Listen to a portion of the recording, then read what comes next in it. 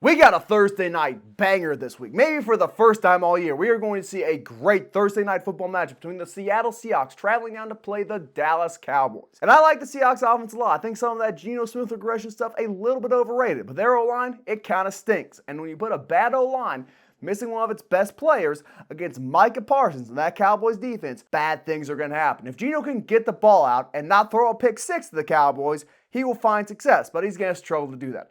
As for the Cowboys offense, I think this is the game which finally gets Dak Prescott in that serious MVP discussion. He's been better than Jalen Hurts this year. He's been better statistically than Lamar, and we just can't give it to Mahomes after the year he's having, after the regression he has shown. I think this offensive performance, paired with a defensive showing to triumph over the Seahawks, a playoff team, gets the Cowboys much higher in the standings and gets Dak in that MVP discussion. He won't jump Jalen until he beats Philadelphia, but we are going to hear about Dak Prescott MVP narratives for the next few weeks thanks to this game. I am not willing to listen to Dak Prescott MVP narratives. I mean, he's just been beating up on pumpkins, and he's playing the Seahawks this week, who they're starting a 42-year-old. They've had Jason Peters, 42 years old, 41 years old, ancient tackle. Future Hall of Famer Jason Peters, show respect. Well past his prime, and then he's there's like Geno a cut Smith. Of beef. He's getting better with age. Jay, I did not know you were going to open with Jason Peters disrespect. I don't mean to keep interrupting you, but man. Yeah, I'm used to you interrupting me. You love to interrupt my glorious predictions. Your hatred of one of the goats of the sport. Geno Smith has taken a step back. Kenneth Walker banged up with an oblique injury. Zach Charbonnet is not as good as Kenneth Walker. The Seahawks offense has been kind of struggling all year, especially with that offensive line play. I expect the Cowboys to win. Now, I have been pounding the table for this take for the last few weeks,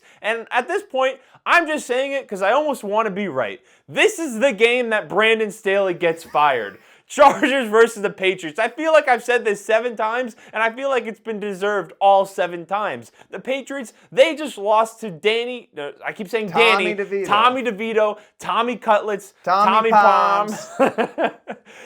They just lost to that, and now they're playing the Patriots. Mac Jones, horrible quarterback. Bailey Zappi, not much better. The Patriots are floundering, and this is the game the Patriots actually win, getting them to 3 wins. The Chargers lose again. Brandon Staley out of a job. Hopefully next week. Hater to the core. If the Patriots lose to Tommy Cutlets, Tommy Italian American, the Italian Stallion, they are not beating the Chargers. I don't like Justin Herbert. I know that Chargers offense, maybe not Quentin Johnson, but the rest of them are going to cook that Patriots defense. It's a mediocre defense and a horrible offense. I don't care how bad of a coach Staley is. I could be coaching the Chargers, and they would dominate the Patriots. Also think you could clock a faster speed sprinting than Austin Eckler can at this point. Hey, man, I got some pretty good legs. Not to disrespect Austin Eckler, hardest working man in the industry, don't get me wrong, but let's not be rude here. And let's not disrespect my legs here while disrespecting Austin Eckler. Be serious. Detroit versus the New Orleans Saints. And everyone's talking about, oh, Detroit's a fraud, yada, yada, yada. I don't care. I think those narratives are overblown. And we talk about, oh, Thursday night football, it's a bad product. We do that every single week. What is Thursday afternoon football then? What is a 12 p.m. game if a game 8 hours later is terrible because teams don't have time to prepare? I am not concerned about them losing on Thanksgiving. It's just what the Lions do. And it's a short week. They're still a great offense. Their defense still has a few pieces, Brant, Hutchinson, namely among them. And they're playing Derek Carr or Jameis Winston, maybe Taysom Hill at quarterback. And that Saints offense just isn't it. Their defense, fine. Sure, got cooked by Josh Dobbs. We see the type of quarterback he's become. And it's just not going to stop them. It's not going to hold the Lions. The Lions are going to win, get to 9 wins, secure a playoff spot, and the narratives will keep coming, and that's fine. They're going to win a playoff game this year, I tell you that. The Saints have been very below mediocre, and I still believe in the Lions being fraudulent as a Super Bowl contender. There are people pushing them as that good out there, but the Saints, with Derek Carr, he hasn't been great. If they put Jameis Winston in there, maybe that raises the vibes a little bit. They get to push the ball down the field a little bit more to Chris Olave, and they get things going. But without that happening, I do not see the Saints winning. Falcons heading to New York to take on the Jets, who were starting Tim Boyle at quarterback last week, who was also awful. The Jets offense, It has been bad all season long, whether it's Zach Wilson, now Tim Boyle, who has more career interceptions than he has touchdowns. I don't even know if he's thrown 20 touchdowns between the NFL and between college. So just that fact alone, it doesn't matter that they're playing against Desmond Ridder. It doesn't matter if Taylor Heineke steps on the field. The Falcons have a better quarterback by default, so they're going to win this game. Division-leading winner Desmond Ridder, by the way. Beautiful pass to Bijan Robinson to secure the Falcons' lead, but okay, keep the disrespect up. You could stick Tom Brady, Peyton Manning, Lamar Jackson, any quarterback your little heart desires behind that Jets offensive line, and they'd still stink. There is nothing Boyle, Wilson. They could stick solid back there and the results would be the same. The Jets offense stinks because of that line. Quarterback doesn't matter. They're not beating the Falcons and all those weapons. On to the Cardinals taking on the Steelers. And Kyler Murray, surprising a lot of people, really getting after it. I thought he wasn't going to play this year, and I thought, hey, even if he comes back, he's not going to be the same. He looks just about as good as he did last year when he was healthy. Kyler's a great quarterback.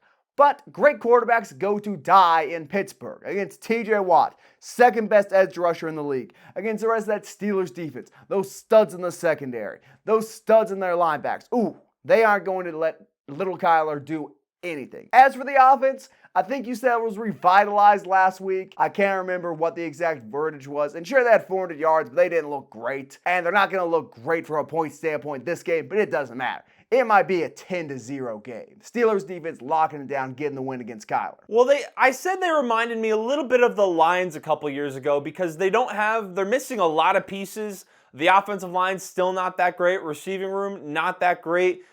Defense, not that great. They have a very good quarterback. I at least think Kyler's very good. You seem to agree. But they don't have enough pieces yet. The Steelers' offense improved with Matt Canada getting fired, so I do expect the Steelers to win. Next up, Colts taking on the Titans in Tennessee. Titans, Derrick Henry finally got it going last week. Had 2 rushing touchdowns. The Colts, they've been pretty good this year. I think they're 6-5, I believe. They've had a good 5-6, 6-5.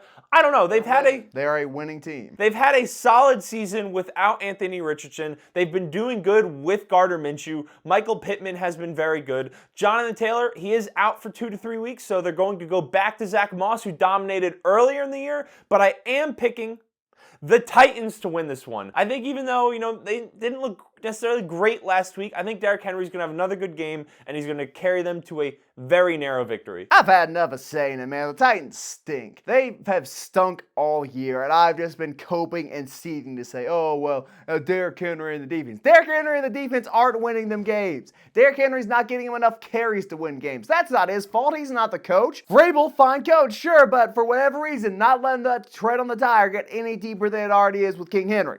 Give me the Colts. Give me the better offensive team in this matchup of AFC South rivals. They're going to firmly solidify their grasp on that wild card spot. Titans are not going to make the playoffs this year. It's over. It's done. It's finished. Goose is cooked. And speaking of cooked, the Dolphins offense has not looked special in recent weeks. Some people are blaming Tua. I personally would saddle a little bit of blame on old Tyreek Hill as well. He hasn't played great either, but they're playing the Commanders. It doesn't matter. They've shuffled around their offensive line, and it still doesn't matter. The Commanders traded away their 2 best defensive ends. KJ Henry's been productive, but he's still not going to be able to single-handedly win the Washington Commanders this game, and they don't have much else going. Raw passing numbers are fine and all, but Sam Howell's not able to correlate that to wins. This is one of the worst teams in the NFL. I don't think anyone will deny that. They might not win another game this year, and if they do, it's not going to be a particularly special one. Give me the Dolphins here, not controversial at all. Just nothing going with that Commanders team right now. Fire Ron. While the Commanders lost edge rushers, the Dolphins, they've only added them. I don't know if you saw this, but they added Jason Pierre-Paul to that pass rush because I believe Jalen Phillips did tear his Achilles. They added JPP. He's gonna come out of this game. Who doesn't love JPP? His unique play style, the way he can There's hold on. There's a reason you're holding your fingers like that? No reason. Nothing at all to do with Jason Pierre-Paul. He's going to come away with 3 sacks. Practice fireworks safety today, kids. He may even get an interception on Sam Howell. He's not getting an interception. You are a hater. He ain't getting an interception. He will. I tell you that he is not getting it.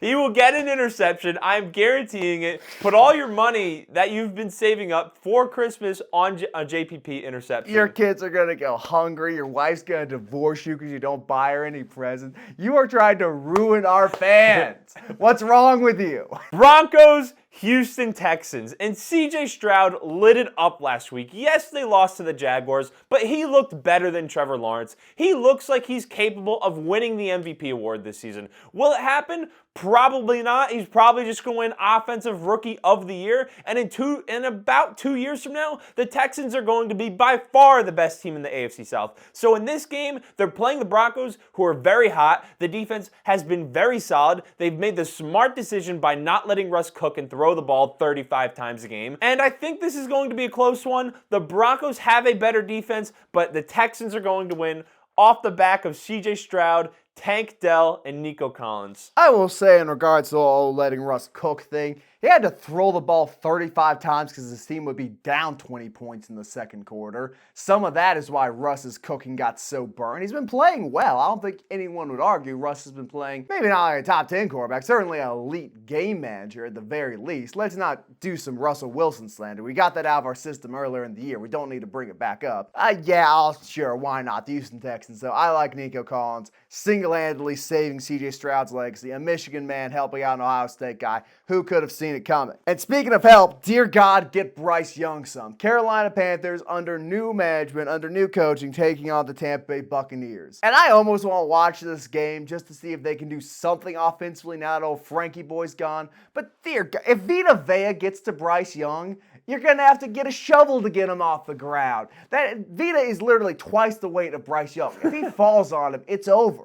It's done. You will have a Bryce Young pancake, I'd say in the pocket, but there is no pocket behind that Panthers offensive line. It doesn't matter if they got an interim coach. It doesn't matter if they've got a fired up locker room. There's just nothing they can do. Their team is just so much worse than the rest of the league, except quarterback. And hey, what is Bryce supposed to do here that they can't compete with any team which is even close to 500? The Bucs have fallen off a cliff recently, so what? Baker Mayfield will be just fine. That defensive line will be just fine. Mike Evans, I bet Bryce Young would love to be throwing the ball to Mike Evans. Sadly, doesn't look like it's ever going to happen. Buccaneers easily in this one. Well, sometimes teams, when they get a head coach out of the building, like we saw earlier in the year with the Raiders, there's some revitalization, and that first game back, they actually win because everyone's juiced up and they're ready to go. Unfortunately for the Panthers, kicking out Frank Reich, I believe they kicked out the OC. They kicked out a bunch of people. They did a lot of staff reshuffling this past week. That hasn't fixed the problem. The cloud is still looming over that organization, and that is their owner. The owner just said that they were supposed to take CJ Stroud. The owner doesn't play left tackle. How's that relevant? Because that's the cloud over their organization right now. Like, if you want to point to real tangible issues, that offensive line is more of an issue than not having CJ Stroud. CJ Stroud would probably not be doing quite as bad, but he would still stink behind that Panthers O-line. You didn't even let me finish my thought process, and you constantly interjecting, interrupting my thought process. What I was going to say is the owner and his insistence on meddling in decisions, and that's just an example. The fact that they were going to trade up to 2, they were comfortable with taking CJ Stroud because they thought the Texans were going to trade up to 1 with the Bears. They were then going to trade with the Bears. That never happened. He admitted that all took place. It's now been, it was rumored crystal clear that Frank Reich wanted CJ Stroud. The fact, it's not even the CJ Stroud versus Bryce Young discussion. It's the fact that he's fired 3 coaches in his first 6 seasons as the owner. It's the fact that even took place where he nixed what the team wanted to do. It's a fact he clearly has that influence in every decision that happens. It's not even CJ Stroud's this good, Bryce Young looks like he's a worse rookie quarterback. It's not even that discussion.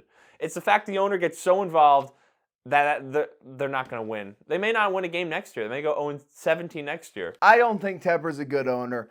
But if you're going to say, he made the decision himself, like, Bryce Young, this and the other, maybe Reich thought Stroud was better. Reich probably thought Stroud was better. Maybe it was right. He didn't come to the conclusion that Bryce Young was going to be a good quarterback, should be taken first overall by himself. There was a consensus behind him. He was the number 1 or number 2 quarterback on everybody's board except Rico. And There were people in that organization, people who were making decisions saying, yeah, let's take Bryce Young over CJ Stroud. It's not entirely the owner's fault. The owner needs to start being a checkbook instead of a general manager. I agree with you on that. But the notion that CJ Stroud was somehow the clear-cut number one overall choice and Tepper just stepped in and said, no, we'll get Bryce Young, it's ridiculous, man. Like, it's unserious takes. Are you talking to me or the audience? Because I didn't even say that. I'm talking to the world. The narrative being pushed about Tepper is misleading. There are better narratives to push. Stinks. Oh, he does stink, but there are better reasons to say he stinks. Him making the Panthers go run 7 straight screenplays one game in the clutch, coming out of the owner's box to go down the sideline and play call. That is terrible ownership. The Bryce Young stuff, whatever. Now, the only game that really matters this week, 49ers, they're heading to Philadelphia, and both great teams. Since the 49ers added Chase Young, it has brought their pass rush to another level, and the Eagles, they've been close with the Chiefs. They've been close in other games this season. Their pass defense has been pretty horrific, and I think that's the reason they lose this game. I think the 49ers with Brock Purdy, Brandon Ayuk, Deebo Samuel, Christian McCaffrey, I think they're going to get it going. I've seen that defense be very vulnerable at points. I mean, the Chiefs ran the ball down the Eagles' throat. If the Chiefs did that, just think what the 49ers are going to do. The only thing the Eagles have going for them in this matchup is the fact that they're playing in Philadelphia, and it is hard to play in Philadelphia, West Coast to East Coast. That could definitely play into account, and I think that'd be the reason the Eagles win. But the Eagles, they start slow, and the 49ers, they got a chip on their shoulder. They want to win the game. I expect the 49ers to win. That last reason is why I do think the 49ers would win. They've been thinking about this game for a long time. I will say there is a reason the Chiefs are able to run it down their throat. The 49ers might struggle doing it as effectively. The interior of that Chiefs offensive line might be the best in the NFL, and we all know how Isaiah Pacheco runs. He may spell his name wrong, but dear God, he is an angry man with the ball in his hands. CMC can run hard, sure, but the guards and the center in San Francisco are not the same level as those Chiefs fellas, and he doesn't run quite as hard as Pacheco. So if they try and do outside stuff, I could see the Eagles defense getting a lot more active, being a more productive unit against the run. And that's why I kind of think it'll be a game. They can't just pound them inside like the Chiefs did. But this is going to be, this is a game of the week. I don't like predicting matchups like this based off the chip on the shoulder, say 49ers, but it's going to be competitive. It's two of the best teams in the NFC squaring off. What more needs to be said? Nice mustache, by the way. I know she shaved it in a little bit more. I'm a fan of that. Thank you. All right. One compliment of the week out of the way. Continuing the insults, Cleveland playing the Los Angeles Rams. And I'm sorry, Puka Nacua. I'm sorry, Tutu Atwell. And I'm sorry, Logan Paul. But it just ain't it this year. The quarterback situation, Stafford's a wily vet. You could say, oh, he's an MVP because look how bad the Rams are without him. It doesn't matter. The Browns defense is going to feast mercilessly upon this man. It's not going to go well for the Rams. They might score 5 points. They might get a lucky safety and kick a field goal. They're cooked. They're going to get the ball run down their throats, and they're going to be able to do nothing about it on offense or defense. Cleveland easily wins this game. Unfortunately, they appear to be a playoff team. I disagree. I mean, DTR just got a concussion. The quarterback situation in Cleveland is suspect, and the Rams with Kyren Williams just scored, I think, 3-4 touchdowns. They have a much better running game with Kyren Williams on the field. Cooper Kupp, yes, he's battling through injuries, and Puka Nacua has been banged up and on injury reports this season, but the Rams have a much better quarterback. And the Rams defense, it's not the Rams defense of years past, but I do think the Rams win a very close game, somewhere in the 17-14, 20-17 range. Be a man. Say it's going to be 9-7. You think it's 9-7? If you're going to say low scoring, go low scoring. Go Iowa football on it. Don't say, oh, it's not that low scoring, but for NFL standards, it's not a high-scoring shootout. I will say it being indoors in Los Angeles, that is a climate for offense. Chiefs, Packers in Green Bay. That is a climate for offense. No, though, in Green Bay? It's sarcasm. Okay, I don't know, man. That was not conveyed well. I think you may just be a little bit... I may be a little bit slow. Yes. You just ran a faster forward than Cam Akers, so. I didn't even say Cam. Well, you do than Cam Akers, because Cam Akers currently doesn't have an Achilles. To be fair, Aaron Rodgers might technically have an Achilles. I think I could still dust him right now. You would be able. You'd probably be able to dust him when he has his Achilles. Oh, he ran like a 4.7 at the combine, I think. He's also like 40. 39, aging gracefully, defying medical science. Anyway, Chiefs, they're beating the Packers. I don't care the game's in Green Bay. I don't care. The Packers defense has been very good this year. Jordan Love, Packers offense, A.J. Dillon, I don't even know if Aaron Jones is back. The receiver corps hasn't been good enough. Jaden Reed, when they get him the ball, he has been very good with the ball in his hands, but I believe in the Chiefs offense. They're 8-3. They're going to win the game. Yeah, Jaden Reed's great, man. You can really compare him to guys like A.J. Brown. He just needs to improve his short yardage route running, his long yards route running, his hands, his explosiveness, his strength, his power, his athleticism, his size, his intangibles. He needs to be a better locker room guy. But if he can get all those things sorted out, he could truly be an elite receiver. That is an inside joke, which maybe even I don't get. But yeah, I'll go with the Chiefs. I hate the Packers, and Jordan Love's a bum. Final game I got of the week, Cincinnati taking on the Jacksonville Jaguars. And normally, this would be a high-profile game, Monday Night Football. Ooh-wee, two of the cat teams with two young first overall pick quarterbacks. I can't wait to watch this. No more Joe Burrow. This game's going to be a slaughter. Give me the Jaguars comfortably on Monday Night Football. Yeah, I don't really care about this game. The Jaguars are the more well-rounded team. The Bengals, they don't have their quarterback. Offensive line, still not that good. Defense, spotty at points this year, so the Jaguars should win. All right, you got anything else? I don't know. You wanted to talk about Mothman. That off camera. Shout out to Point Pleasant, West Virginia, though, folks. And since I got complained to about this by a Spotify listener, a rare treat. Thank you so much for watching. If you want to follow us on some other stuff, check out our Instagram, TikTok. We're Thicc Inc. over there too, with one C on TikTok though, because the Chinese government stays hating on us. And if you're still here and haven't, be sure to like, follow, subscribe, do whatever. We appreciate you folks at home, and we will see you next week.